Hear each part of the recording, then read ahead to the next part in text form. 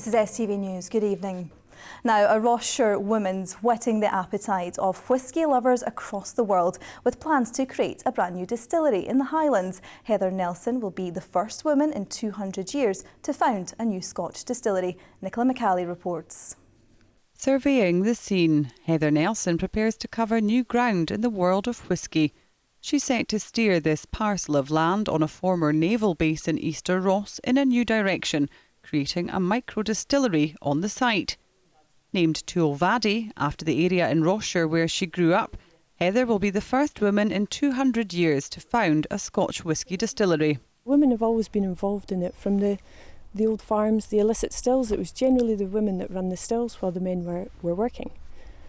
And even now, some of the major blenders, they're women. So women are in the industry, but nobody's started one since over 200 years. Experts say Heather's plans are already creating a buzz in an industry which is worth more than £1.7 billion to the Scottish economy. We've obviously seen, an explosion in the craft and artisanal gin industry here in Scotland. Why not whisky? It seems to be the same thing is happening here, opening up a new micro distillery. There aren't many of them here just now. So yeah, maybe Heather's paving the way for something exciting here.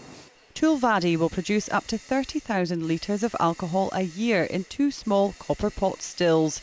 Heather says she may be breaking new ground when it comes to being the first female in 2 centuries to found a distillery, but the rolling hills of Ross-shire have long associations with the Scottish spirit. It does have a lot of whisky connections, but never an actual legal distillery. Nig Hill had many illicit stills. Even Nig Church had an illicit still that they used to hide under the pulpit when the taxman was coming. So the area does have a big tie-in with whisky.